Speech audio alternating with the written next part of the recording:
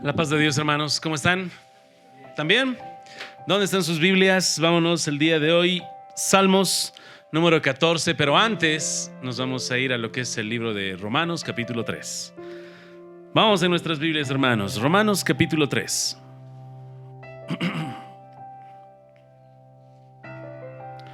Normalmente, cuando nosotros estamos predicando el Evangelio y tenemos que mostrar a las personas que todos nosotros somos pecadores, este es uno de los pasajes favoritos, porque este pasaje nos ha estado confirmando lo que hemos estado sospechando desde el principio. A través de la vida cristiana hemos estado viendo cómo es que Dios nos pide que hagamos cosas y hemos visto nuestro fracaso tras nuestro fracaso y más fracasos, y cada noche hay una confesión. En esta confesión tú declaras de tu pecado lo que Dios declara de tu pecado. Y pasas tiempo. Y luego tal vez en tu mente dices, ¿y cuántos pecados hay que tal vez no me acuerdo? Porque no he tomado una real contabilidad. ¿Y qué pasa con aquellos pecados que no solamente me olvidé o no me di cuenta? ¿Qué pasa con aquellos pecados de la mente y el corazón? Y cuando llegamos a este libro de Romanos, Pablo va a estar dejándonos muy en claro qué es lo que Dios piensa de nosotros. Y es a través de la maldición de Dios que nosotros descubrimos la bendición. Es un poco, parece contradictorio, ¿no? ¿Cómo es que a través de maldición encontramos bendición? Y pues bueno, hermanos, dice la palabra de Dios en Romanos capítulo 3 así. Verso 9. ¿Qué pues, dice la palabra de Dios? ¿Somos nosotros mejores que ellos? ¿Quiénes son nosotros y quiénes son ellos? Bueno, va a depender, pastor, depende de qué contexto. Estamos tal vez en otro país hablando de nosotros los cochabambinos y ellos los paceños. ¿O estamos hablando a nivel de naciones, nosotros los bolivianos y ellos los, argentinos, chilenos? ¿A qué se refiere el texto cuando dice que pues somos nosotros mejores que ellos? Y el contexto es judíos. ¿Será que nosotros somos mejores que ellos? Porque recuerda que Dios escogió una nación, la nación judía. Y es más, nuestro padre Abraham, nuestro padre Isaac, nuestro padre Jacob, tenemos un linaje santo. Y no solo eso, sino que más adelante Dios determinó salvar a su pueblo por medio de Moisés. Y en el Monte Santo Dios dio su ley. ¿A quién dio su ley? ¿A los amonitas? ¿A los moabitas? ¿A quién? A los israelitas, por medio de Moisés. Y la gran pregunta viene, entonces, ¿nosotros somos mejores que ellos? Pues, somos la nación santa, se nos ha dado la ley, el resto vive en tinieblas. La pregunta es, ¿somos nosotros mejores que ellos? ¿Qué dice la palabra de Dios? En ninguna manera. Tal vez no se puede ilustrar muy bien esta expresión en ninguna manera porque en el griego es la expresión negativa más contundente que puede haber. Tanto que alguna vez hace muchos años les dije, si alguna vez alguna muchacha está aquí, un varón se le acerca y le dice, me gustaría que oremos para que te cases conmigo. ¿Ok?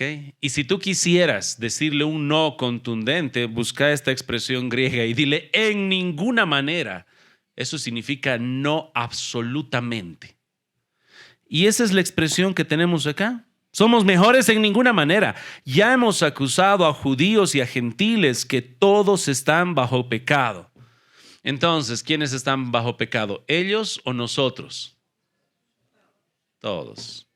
Usted, hermano, usted, hermana. Amigo, amiga que nos está visitando, estás en pecado, has nacido en pecado, has nacido en maldición. Tú y yo hemos nacido en esa maldición. Eso es lo que nos dice la Escritura. Y es una verdad dura, hablar que tú has nacido en maldición y en pecado. Pero esa es la verdad que nos va a acercar a la vida eterna. Dice la palabra de Dios, verso 10, y aquí recuerden que va a hacer referencia al Salmo que vamos a estudiar hoy, verso 10, como está escrito, no hay justo ni aún uno. Si tuviéramos que levantar entre todos los que estamos aquí la mano, ¿cuántos justos hay? Sin tomar en cuenta, obviamente, que somos salvos por Cristo, ¿no? Hemos nacido todos. Yo los quiero ver con cara de bebés ahora. Y todos nacimos en maldición. No hay justo ni aún uno. Y no solo nos vamos a una congregación de unas 50 personas, nos podemos ir a una ciudad, 50,000, 500,000 personas. ¿Cuántas personas habitan, hermanos? Se han puesto a pensar en Bolivia. ¿Cuánto es el censo último que hubo, el último censo que hubo? ¿Cuántos habitantes hay? ¿11 millones? A nivel mundial, 8,000 millones quizá. Y tú ves a todos y pongámonos a buscar, ¿hay algún justo? ¿Y cuál es la respuesta unánime que debemos dar todos? No hay justo ni aún uno, ni aún un justo. Y dice la palabra de Dios, verso 11, no hay quien entienda. O sea, no solamente no hay ningún justo, sino ahora hablamos de la parte racional. No hay quien entienda. No hay alguien racionalmente que pueda estar buscando a Dios. No hay quien busque a Dios. Y ahora aquí, hermano, tienes que escoger creerle a Dios o llamarle mentiroso. ¿Hay alguien que busca a Dios? ¿Hay alguien que busca a Dios? Pero yo recuerdo que hay algunas religiones, están sin Cristo, pero parece que buscan a Dios. ¿Qué dice la Biblia? ¿Hay alguien que busca a Dios? ¿Hay alguien que busca a Dios? Me gusta eso. No hay pastor, nadie que busque a Dios. Y espero que puedas creer esto, porque en tu mente vas a luchar pensando, no, pero yo sé que alguien busca a Dios, quizá con buenas intenciones. No hay nadie que busque a Dios. Hubo una ilustración que me gustó mucho. Se hablaba de un edificio que se estaba incendiando, estaba perdido. Ningún bombero se animaba a entrar hasta que de repente un hombre escuchó que estaba llorando un bebé. Así que este hombre decidió apartarse, quitar a todos los que estaban resguardando el edificio y entró al edificio en llamas. Y luego salió. Salió con su computadora. No fue por el niño. Y ahora todos decimos, qué sucio, perverso es ese. Ahora te hago una pregunta. ¿Qué hubiera pasado si ese hombre hubiera entrado a rescatar su computadora, pero no hubiera salido y hubiera muerto? Y tú hubieras escuchado al bebé llorar, al hombre entrar y hubiera muerto allí. Ese es un héroe. No hubiéramos sabido que él entró por su computadora. Solo hubiéramos visto que murió. Y hubiéramos dicho, él era un hombre bueno. Entró a buscar al niño y murió. Y le hubieran hecho un monumento, todo. Pero era una mentira. De la misma manera, hermano, Dios ve los corazones. Aquellas personas que parece que buscan a Dios bíblicamente, no hay quien busque a Dios. Es mentira. Tienen otro propósito, otras razones egoístas dentro que Dios sí ve. Y por eso dice, no hay quien busque a Dios. Genuinamente que me busque a mí, no. Tal vez buscan de mí. Antes de morir, todos claman a Dios. Va un testigo de Jehová y le dice, sí, creo en todo lo que tú crees. Luego viene un mormón y el que está agonizando le dice, creo en todo lo que tú crees, señor mormón. Viene un pastor evangélico y el agonizante dice, creo en todo lo que tú crees, pastor. Viene un católico y el que está muriendo dice, creo en todo lo que tú crees. Pero hay alguien que busque genuinamente a Dios. ¿Qué dice la Biblia? Esa convicción la debes tener tú. No hay pastor, nadie. Verso 12. Todos se desviaron. Ahora, hablando del desvío. ¿Del camino recto? No. Todos tomaron la decisión voluntaria, mental, desviarse de ese camino. A unas se hicieron inútiles. Y esto, hermanos, tal vez debemos, una vez más, hay un lenguaje bíblico que no lo usamos frecuentemente, que nos puede ilustrar esto. ¿Cuándo fue, hermana, la última vez o hermano que le dijiste a tu hijo, eres un inútil? Eres un vago, eres una lacra. No, pastor, eso es muy severo, ¿sí? Te podría decir que sí. Pero ahora Dios toma esa severidad y la aplica a ti. Y ahora que todo cambia. Y dice, todos se desviaron, a una se hicieron inútiles. No hay quien haga lo bueno, no hay ni siquiera uno. Hermanos, esta repetición que estás viendo no es simplemente porque el escritor agarró y dijo, voy a estar inspirado por Dios escribiendo, y me va a sobrar espacio, así que como me está sobrando espacio voy a repetir lo mismo para llenarlo. Esta repetición tiene un propósito. Es como un martillo clavando y clavando hasta lo más profundo para que realmente la piedra de tu corazón pueda ser partida y abierta. Y recuerdes, no hay quien busque a Dios, no hay quien entienda, son inútiles, todos se desviaron, se han corrompido. Y es esa repetición que está buscando algo, porque tenemos que tener esa convicción. Cuando llegas a la iglesia, ¿qué estás esperando? Que todos se porten bien, que tengan una aureola, que les salgan alas. Y yo no esperaba que este hermano iba a hacer esto. Yo sí, porque yo creo este versículo. Hemos nacido en naturaleza. Ahora, yo espero muchas cosas perversas de acá, porque todos hemos nacido en esa naturaleza, pero Cristo nos ha transformado. Y ahora también esperamos que con la nueva naturaleza haya corrección, nos podamos reprender y nos podamos amar. Pero recuerda, seguimos teniendo esta naturaleza. Esta naturaleza que describimos, la seguimos teniendo. Y tenemos que luchar constantemente. Así que dice la Escritura, no hay quien haga lo bueno, no hay ni siquiera uno. Sepulcro abierto es su garganta.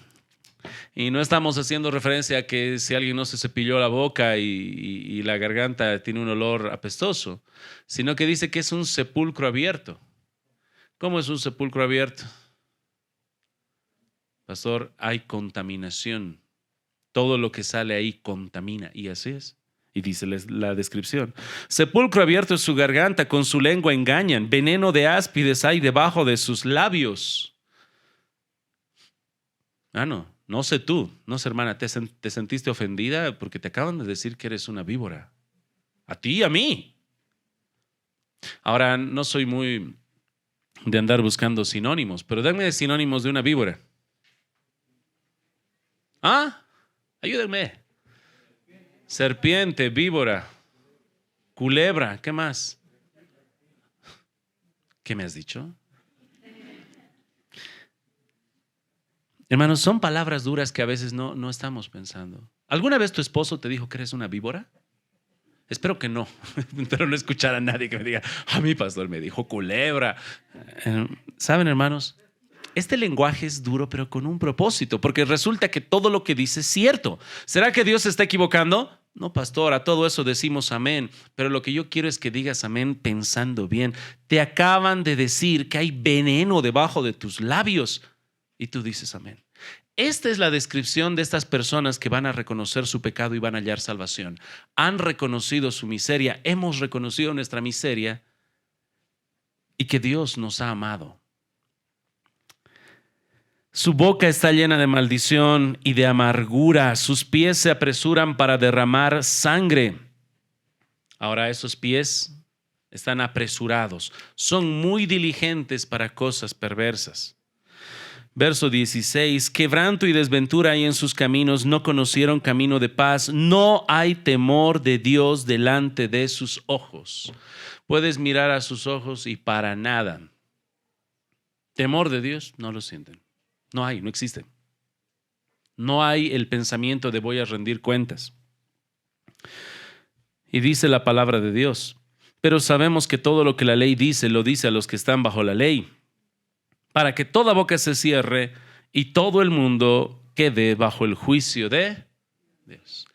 Así que recordemos, ¿ok? Terminando la ilustración, tenemos el libro de Romanos y aquí se está plasmando lo que es el Evangelio. A través de estos pasajes, hermanos, que estamos leyendo, muchos han sido salvos, han hallado la vida eterna. Y uno dice, pero pastor, hay muchas palabras horrendas, malas, perversas que vemos aquí, durísimas. Hay una maldición del pecado y es a través de reconocer toda esta nuestra desgracia que Dios obra para presentarnos a Cristo. Una vez que te das cuenta que eres pobre, miserable, desgraciado, una vez que has visto que realmente estás en la bancarrota espiritual, no hay nada que puedas presentar a Dios para tu salvación y descubres que eres un miserable, miserable y miserable, es ahí donde se te presenta a Cristo. A partir de este capítulo 3 vas a empezar a ver entonces una descripción de ahora Cristo. Pero Dios, y vas a ver la obra, pero esto es muy importante. Ahora sí, hermanos, vámonos al libro de Salmos, capítulo número 14. Y este capítulo de Romanos estaba haciendo referencia al libro de los Salmos, específicamente el capítulo 14. Dice la palabra de Dios así. Vámonos. Salmos 14.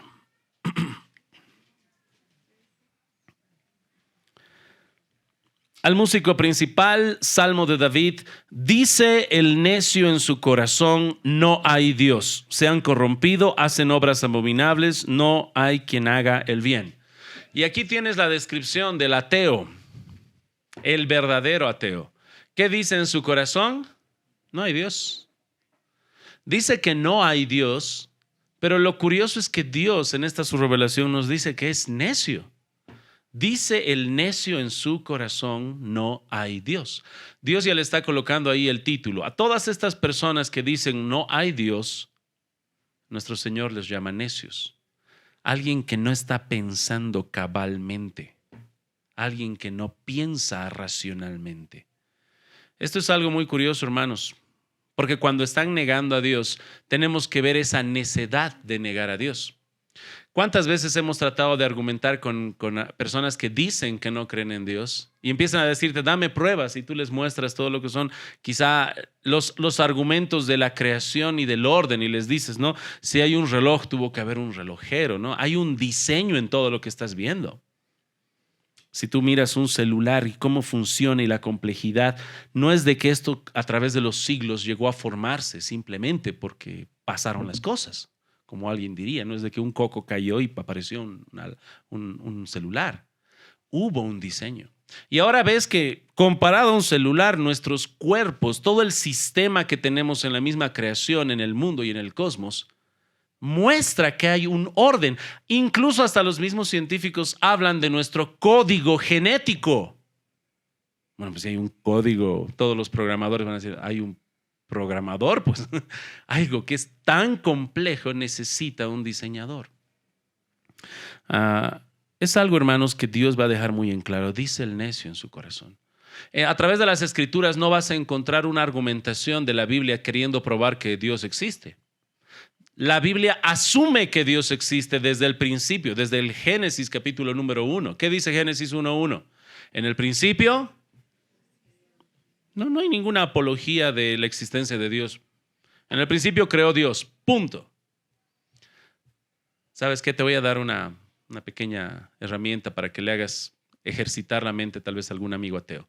El día que te diga, ¿sabes qué? Demostrame que Dios existe, quiero pruebas empíricas. Hazle esta siguiente pregunta. Demostrame que tú existes, dile. Y mostrame pruebas empíricas. Y ¿saben qué? Cuando vayan a sus diferentes libros de filosofía, van a ver que incluso la pregunta de cómo sabemos que existimos, hay diferentes postulados entre filósofos, no hay una respuesta contundente. Ahora, no te voy a querer confundir el día de hoy con esas respuestas, solamente te voy a decir, en el momento que dice alguien, no, pues yo existo porque estoy hablando. ¿Y cómo sabes que estás hablando? No, pero dame pruebas, es que yo mismo sé. Pero ¿cómo sabes? O sea, necesito que tú me digas, no una razón circular, porque en el momento que me dices estoy hablando, estás asumiendo que ya existes. Así que en el tema del argumento de que si nosotros existimos, no van a poder darte una respuesta contundente. Hay un debate filosófico actual. Es una necedad decir que no existimos y tú sabes eso. De la misma manera, hablar de que Dios no existe es una necedad. Toda la misma creación da testimonio de ella. Y por eso Dios es tan osado y claro al decir, dice el necio en su corazón, no hay Dios. Dice, se han corrompido, hacen obras abominables, no hay quien haga el bien. Y déjame decirte por qué los ateos son ateos. Porque no quieren rendir cuentas a Dios. Como dice la palabra ahora, se han corrompido, hacen obras abominables, no hay quien haga el bien. Toda esa perversidad es fruto de que dicen que Dios no existe. Porque en el momento que digan Dios existe, hablamos de que van a rendir cuentas. ¿Y hay alguien que quiere rendir cuentas? No. Hay tantas perversidades que se hacen que no quieren rendir cuentas. Y el mejor camino es decir, pues Dios no existe, para autoengañarse. Dice el verso 2, Jehová miró desde los cielos sobre los hijos de los hombres para ver si había algún entendido que buscara a Dios. Ahora tú y yo ya sabemos la respuesta. Ahora tienes a Dios viendo en toda la creación, en toda la humanidad, más de 8,000 millones de personas, no solo en la actualidad, sino a través de los siglos. Y Jehová se pone a buscar si hay algún entendido. Pero tú y yo ya hemos leído en Romanos, ¿verdad? ¿Hay alguien que entienda? ¿Quién entienda? No hay quien entienda. Pero ¿quién es el que busca? Dios. Busca, pero no lo hay. No hay ningún entendido. Pero Dios es el que está tomando esta iniciativa y nos está dejando en claro. Jehová, ahí que está en lo alto, mira desde los cielos sobre los hijos de los hombres para ver si había algún entendido que buscara a Dios. Verso 3. Todos se desviaron, a una se han corrompido, no hay quien haga lo bueno, no hay ni siquiera uno. Y ahí estamos una vez más con esta enseñanza. Dios busca y la realidad es que no hay ni siquiera uno. Ahora déjame una vez más explicarte bien esto. Esto yo le estaba llamando y titulando una introducción al monergismo. Cuando hablamos de monergismo, hablamos de una, o sea, mono, uno, realizando el trabajo y el esfuerzo. Es Dios en su monergismo obrando para lograr salvar a alguien. Es solo Dios. Y esto tenemos que contrastarlo con el sinergismo, que va a ser una cooperación de esfuerzo para lograr la salvación. Ahora, cuando vemos la Escritura y vemos Romanos y vemos el libro de Salmos 14, hay un monergismo, es solo Dios. El hombre está muerto en sus pecados y en sus delitos, no hay quien entienda, son inútiles. El único que obra para la salvación, ¿quién es? Pues Dios. Y ahora tienes el sinergismo. El sinergismo dice que es una cooperación de Dios y el hombre. Ahora aquí se van a complicar la vida, ¿ya? Ahora tú dime, ¿es una cooperación o es una obra de Dios? Pastor, es una obra de Dios solamente. No es una cooperación. Dios trabajando en equipo, en un dúo con el hombre. No es así, pastor. Pero estas personas que proclaman, ya sea en la iglesia católica o en muchas iglesias evangélicas, no, es una obra de cooperación de Dios y el hombre para tratar de engañar. Lo que hacen es decir, es una cooperación, pero lo que pasa es que no es 50-50. Es una cooperación donde Dios hace el 90% y el hombre hace un 10%. ¿Pero qué sigue siendo eso, hermanos? Una cooperación.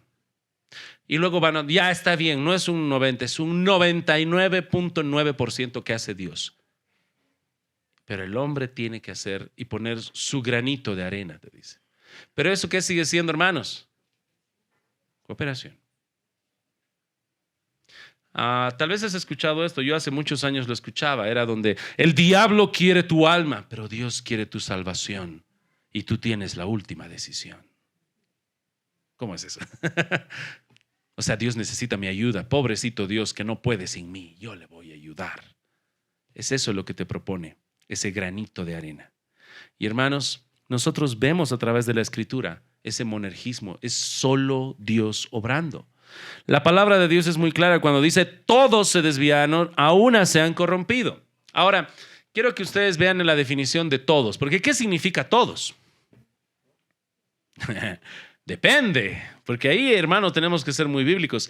Cada palabra se tiene que interpretar de acuerdo al contexto, porque si yo te digo, hermanos, resulta que hoy, terminando la iglesia, tenemos pizza para todos. ¿Qué significa todos? ¿Todo Cochabamba? No, pues pastor, depende del contexto de todos los que estamos aquí. Ya está bien. ¿Qué significa todos? Igual en la palabra de Dios.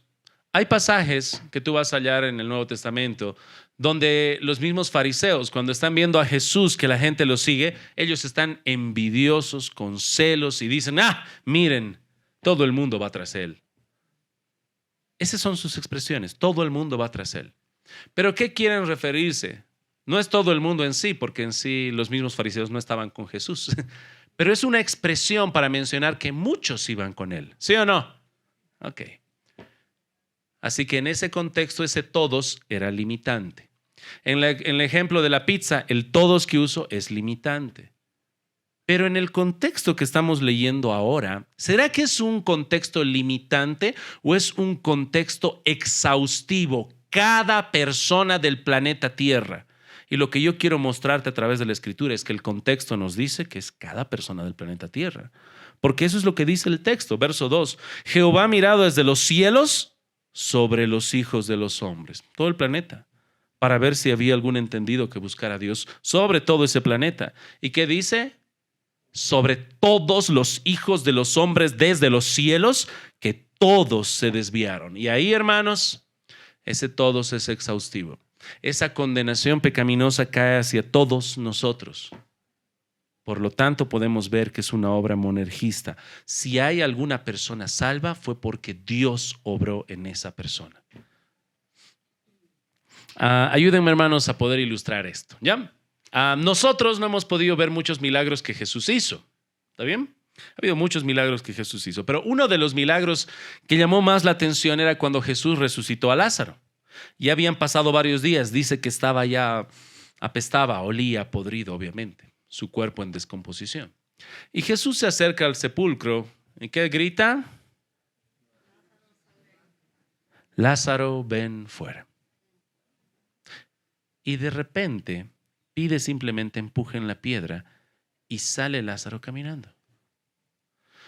Hermanos, ¿los muertos tienen esa capacidad? ¿Puede un muerto salir caminando? ¿Puede un muerto hacer eso? No, pastor. Entonces, ¿cómo es que logró caminar? Fue un milagro, Dios obró en él, pastor. ¿Fue una cooperación de Lázaro con Dios? ¿Lázaro puso su 1%? ¿Podía Lázaro decir que no? Lázaro, ven fuera. No. Tengo 2 hermanas fregadas. No, estoy mejor aquí. Estoy en la presencia de Dios. ¿Podía decir que no, Lázaro? ¿Ves la obra monergista? Lázaro, ven fuera. Empieza a caminar. ¿Y por qué está caminando? ¿Qué hizo? ¿Será que tenía esa capacidad dentro de él? No tenía ninguna capacidad, pastor, para nada. De tal manera que esa obra sobrenatural de andar con vida fue dada solamente por Dios. De la misma manera, nosotros que se nos describe como muertos en delitos y pecados, ahora los veo a estos muertos, resulta que están aquí en la iglesia. ¿Qué están haciendo aquí? Alabando, cantando, salvos, muchos de los que están aquí. ¿Qué ha pasado?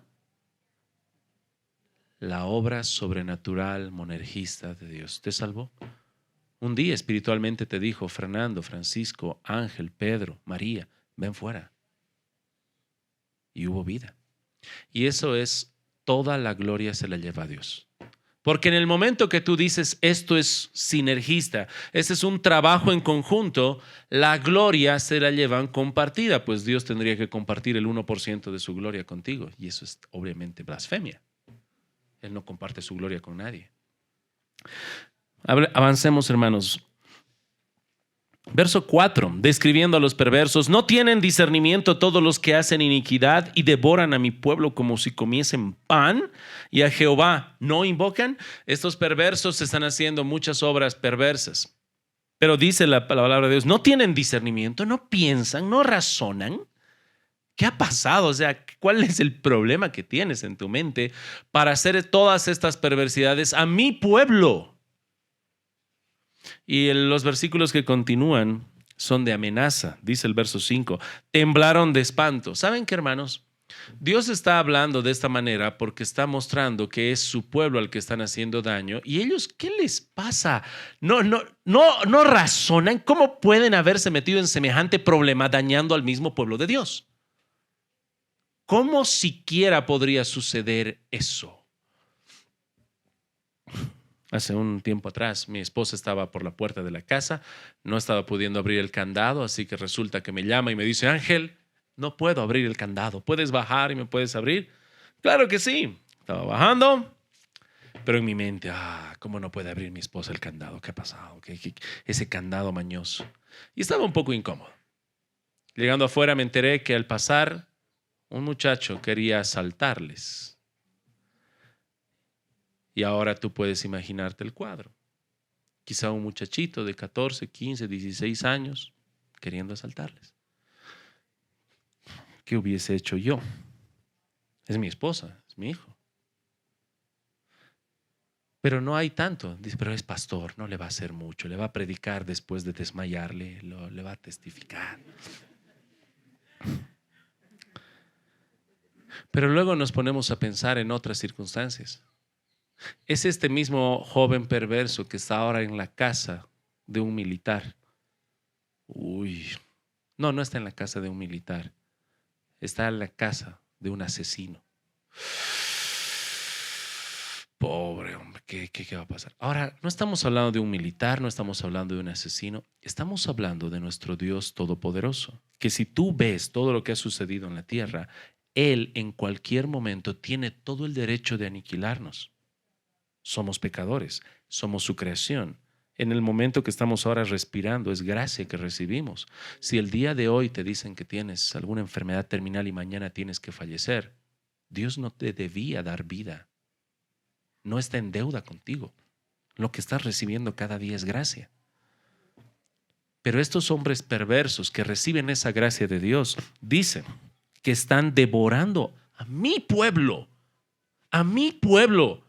y lo hacen como si comieran pan, como si nada. Y yo estoy mirando, yo estoy viendo lo que le hacen a mi pueblo. Y Jehová está ahí pacientemente esperando. Y dice por eso el verso 5, ellos temblaron de espanto porque Dios está con la generación de los justos. Y aquí tienes algo, un tesoro muy importante. ¿Te das cuenta que aquí el salmista está mostrándonos toda esta perversidad, esta maldad? En un futuro habrá salvación, pero hablando de el terror que hay, la maldad que hay y un futuro habrá salvación, pero de manera curiosa, en pasado se dice, ellos temblaron de espanto. Dios está con la generación de los justos. ¿Cómo es eso de que temblaron ya en pasado? Esto es algo tan seguro, y esta es una manera en la cual también se enseña en la Biblia, que hay cosas que se dicen en pasado aunque no hayan sucedido, porque son tan seguras que hasta las podrías decir así. Vámonos al libro de Romanos capítulo 8 brevemente, por favor, hermanos. Seguimos dando vueltas por el libro de Romanos. Y dice la palabra de Dios así. Romanos capítulo 8, verso 30. Esta se conoce como la cadena de la redención, la cadena de oro de redención. Verso 28, sabemos que a los que aman a Dios, todas las cosas les ayudan a bien. Esto es a los que conforme a su propósito son llamados. Amén, pastor. Porque a los que antes conoció, también los predestinó para que fuesen hechos conforme a la imagen de su Hijo, para que Él sea el primogénito entre muchos hermanos. Ya nos hablan de predestinación, del amor de Dios. Es muy curioso que en muchas ocasiones se nombra solo el verso 28, ¿no? A los que aman a Dios, todas las cosas les ayudan a bien. Pero ahí lo dejan. El versículo favorito para tal vez consolar. Pero los siguientes versículos hablan de predestinación, están sumergidos en eso. Verso 30. Esta es la cadena de oro de redención. Y a los que predestinó, fíjate el orden lógico, a los que predestinó, a estos también llamó. Ese es el orden. Los predestina y después los llama. Y a estos también justificó. O sea, los predestina, los llama, los justifica. A estos también glorificó. Y ahí tienes. La predestinación, el llamado, la justificación y la glorificación. Pero como te dije, glorificó está en pasado. Es tan seguro todo esto, hermanos. Nuestro proceso de glorificación ya comenzó desde el momento que el Espíritu Santo ha entrado en nosotros y está trabajando en nosotros en santificación. Y habrá un día de glorificación completa, pero aquí está en pasado, porque es algo tan seguro. Hermano, ¿qué es lo que tú has hecho para mostrar que estás seguro, un seguro, algo adelantado que hiciste? Imagínate lo siguiente, me dice, pastor, estoy llorando por Andrea. Está bien, me quiero casar con ella. Está bien, hay que orar, hermano, está bien. Tal vez, mira, mi recomendación es esta, orá un tiempito y yo podemos entrevistarnos para ver que a través de cierto tiempo puedas estar en un compañerismo, ¿no? Ya está bien. Y luego me dice otro joven, yo estoy orando por Fabiola, pastor. Ok, está bien. El mismo consejo, ora por Fabiola y en el tiempo. Pero yo ya hice algo, pastor. ¿Qué ha hecho este muchacho? Siempre hay alguno que hace alguna tontería. Ya le has hablado y después de hablarles recién me estás diciendo, ¿qué te voy a ayudar? No, pastor, no le he hablado. Está muy bien. Entonces, ¿qué has hecho con Fabiola? Nada, solo estoy orando. Ok, ¿Pero qué hiciste? Me dijiste que hiciste algo. Es que pasé por la joyería y ya compré un anillo de compromiso. Ay, no. ¿Cómo que? Mira, hay serios peligros. Tal vez te voy a ser sincero. ¿A cuánto has comprado? ¿Puedes devolver? Porque y si te dice, o sea, no, yo me pondría en una situación muy difícil.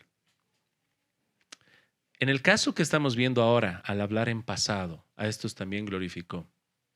Al hablar de pasado, es algo tan seguro que tú y yo no nos podemos reír. Eso es seguro.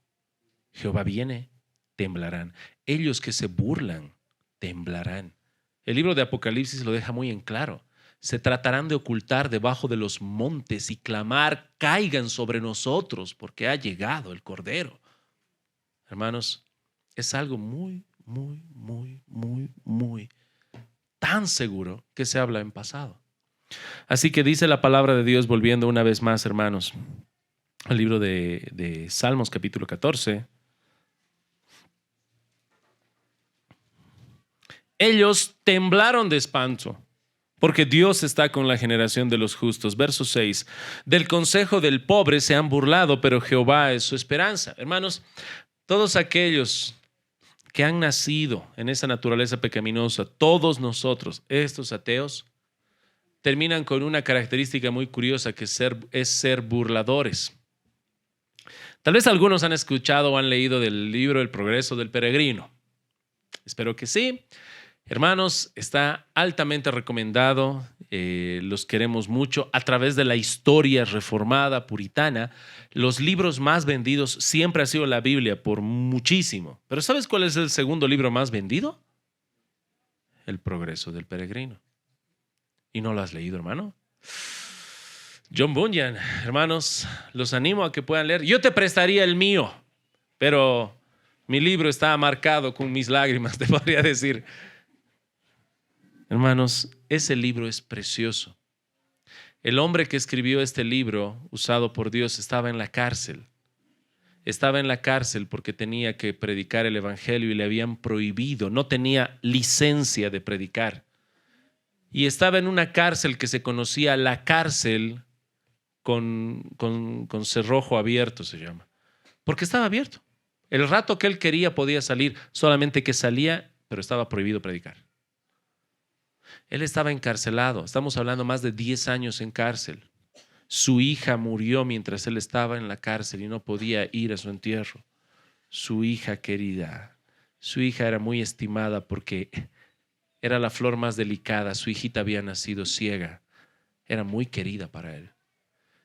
Y él escribió este libro, El progreso del peregrino, que terminó siendo de gran bendición. Está sumergido en Biblia.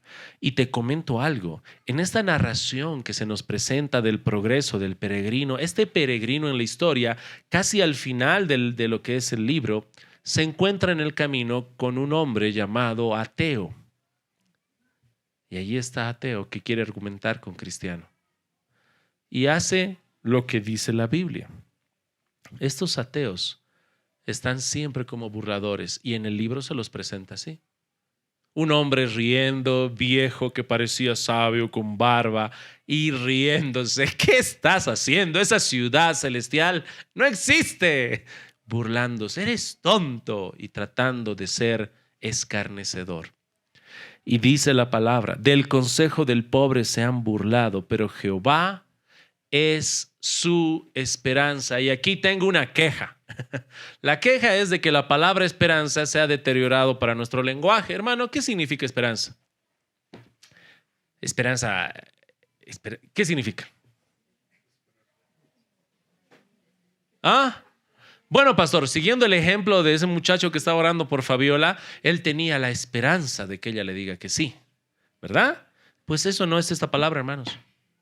Esta palabra, ya sea la hebrea o la griega, la palabra esperanza no es tengo la esperanza, como que ojalá pasara, ¿no? ¿No? La palabra esperanza es una certeza. Tengo la certeza. Podrías decir, incluso tengo la bienvenida ya incluso preparada porque ya va a llegar. Esto es inminente y seguro. Pero esa palabra esperanza se ha deteriorado, hermanos. tristemente. Es tal vez por eso que esta sería una de las cosas en las cuales yo sugeriría que se cambiara esa palabra en la traducción. Porque no es esperanza de ojalá suceda, es una garantía de que va a suceder. Hace un tiempo le decía, ¿a dónde está el hermano? No vino un hermano que le dije, hermano, estoy queriendo comprar una moto. Le dije, ya está bien. Y espero que me llegue. Está bien. Y le muestro, mire, ya me compré los guantes para la moto. Y la chamarra para la moto. Y el casco para la moto. Pero no hay la moto. Pero era una certeza. Y después llegó la moto.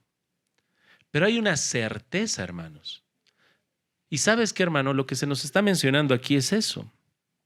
Jehová es su esperanza. Ellos están esperando en Dios y de manera garantizada Él viene para hacer temblar a estos perversos. Verso 7. Oh, que de Sión saliera la salvación de Israel. Cuando Jehová hiciere volver a los cautivos de su pueblo, se gozará Jacob y se alegrará Israel. Va a haber alegría, va a haber gozo. Cuando Dios obre en esta salvación que va a venir de Sión, de la morada celestial de Dios, cuando venga esa salvación, va a haber gozo. Y esto, hermanos, nos muestra que siempre debe de haber gozo. Actualmente, hermanos, nuestro Señor y Salvador Cristo Jesús ya vino, ya murió, ya pagó nuestros pecados, ya resucitó. ¿Hay razones de gozo para el día de hoy, sí o no? Claro que sí. Hermano, la deuda más grande que tenías como miserable enemigo perverso fueron pagadas. Todas tus deudas por la sangre de Cristo. ¿Cuál es la cara de un hombre que le han perdonado todas sus deudas? Una cara de feliz, alegre, contento. ¿Cuál es la cara de un hombre que estaba con una enfermedad terminal y el doctor le dice, tú estás sano, estás realmente garantizado, no tienes más esa enfermedad? Feliz, alegre, contento. De la misma manera, hermanos, todos nosotros muertos en delitos y pecados, con toda la deuda que teníamos con Dios, si tus pecados han sido perdonados, ¿cómo tiene que ser ahora tu vida? Alegría, regocijo. Hace un tiempo estaba escuchando a un hermano como dijo que a los bautistas les dicen bautristes, ¿no? Yo sabía otra ilustración que decía, no, los bautistas son muy amargados, a ellos los bautizan en vinagre y limón. Yo, ay, ¿qué es eso? Yo no bautizo a nadie con vinagre y limón. Un poquito de azúcar para el siguiente bautismo, no. Hay razones de gozo y alegría. Siempre va a haber razones de gozo y alegría, porque tu mayor problema halló salvación. Sé que va a haber problemas terrenales, hermanos, dificultades aquí, pero el mayor problema ya fue solucionado. Amén. ¿Y qué dice el texto? Oh, dice, ¿no? Que de Sión saliera la salvación de Israel. Hay un anhelo, que venga esta salvación. Y tal vez tú dirías, pastor, ahora nosotros nos gozamos, pero en el Antiguo Testamento todavía Cristo no vino. Pero Dios igual seguía obrando. La salvación seguía siendo solo por fe, solo por gracia, solo por Cristo. Cada sacrificio apuntando al Cordero Supremo que iba a venir. Pero te digo algo. Aunque el salmista dice, oh, que de Sión saliera la salvación de Israel, hay un anhelo, pero Dios está obrando. Tal vez la gente no se da cuenta, pero Dios sí está obrando. Hace un tiempo había un pastor que estaba contando que estaba en motocicleta. Por si acaso no era una moto grande, era una moto pequeña, y de repente se cruzaron dos autos y él casi muere. Es un pastor muy mayorcito ya.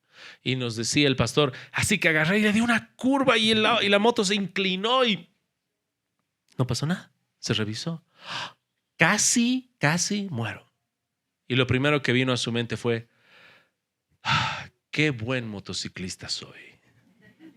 Soy un buen chofer. Y luego el pastor dijo, un momento, yo no soy tan buen motociclista. Dios me ha guardado. Hay cosas que tal vez nos atribuimos a nuestra inteligencia, capacidad, pero Dios está obrando y no lo vemos, no lo queremos ver. ¿Sabes qué está pasando ahora con el salmista? Oh, que de Sión saliera la salvación. Y Dios está obrando. ¿Ves un salmo de David? ¿Quién está escribiendo ahora? Pues David, pastor.